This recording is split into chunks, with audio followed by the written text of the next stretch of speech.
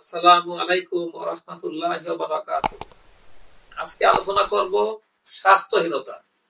স্বাস্থ্যহীনতা কি কারণে হতে পারে? বিভিন্ন অনিয়মের কারণে স্বাস্থ্যহীনতা হতে পারে। খাবার অনিয়ম, ফাস্ট ফুড, দোকানের খাবার, ভাজা পোড়া, অনিয়মিত খাওয়া-দাওয়া, অনিয়মিত ঘুম, টেনশন, ক্ষয়রোগ অথবা পানি কম খাওয়া, কৃমির ওষুধ না খাওয়া, আমিষ, fibre, vitamin, vitamin C, multivitamin বিভিন্ন কারণে স্বাস্থ্যহীনতা দেখা দিতে পারে।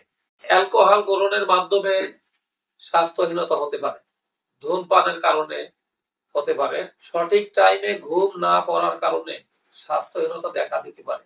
বিভিন্ন কারণে স্বাস্থ্যহীনতা দেখা দিতে পারে। কৃমির ওষুধ সঠিক টাইমে না খাওয়া এটাও একটা কারণ।